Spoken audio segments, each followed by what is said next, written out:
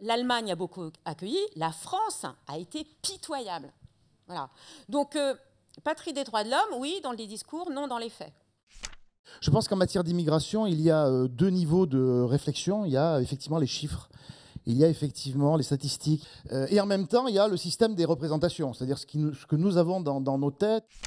La question, c'est demain l'humain. Mais qu'est-ce qu'on appelle l'humain? Est-ce qu'on n'a pas une double humanité, une humanité riche qui a le droit à la mobilité, une humanité persécutée qui est contrainte à la mobilité, mais qui ne peut pas être accueillie, donc qui se retrouve hors sol? Alors, je ne sais pas, est-ce qu'on va les envoyer sur Mars? Est-ce qu'on va leur créer une cité au fin fond de l'océan? Je ne sais pas, truc bizarre. Et puis, une humanité pauvre qui est contrainte de vivre les persécutions là où elle est. L'intolérance est toujours au coin de la rue, où qu'on soit, les victimes peuvent devenir bourreaux et vice-versa. Hein. Donc ça, c'est quelque chose qui me semble important. Hein. La réalité géopolitique de l'Europe d'aujourd'hui, du monde d'aujourd'hui est telle que peut-être dans 50 ans, l'équilibre aura changé.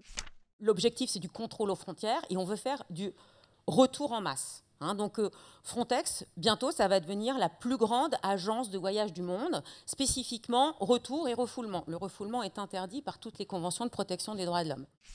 La crise des migrants qui nous frappe en plein visage, hein, nous ici sur la Côte d'Azur, nous en France, nous en Europe, repose sur des formes d'angoisse, sur des formes de peur qui sont parfois légitimes, sur lesquelles il faut discuter, effectivement, qui s'appuient sur des formes de prospectives qui sont parfois peut-être intéressantes à étudier, parfois souvent aussi fantasmatiques.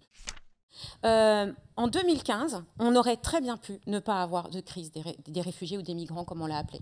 Pourquoi? Parce qu'il y avait 800 personnes qui sont mortes dans un naufrage en Méditerranée, au sud de Lampedusa, en avril. C'était fin avril. On aurait très bien pu prendre des mesures pour arrêter ça. On a le visa à validité territoriale limitée, qui correspond à un visa humanitaire.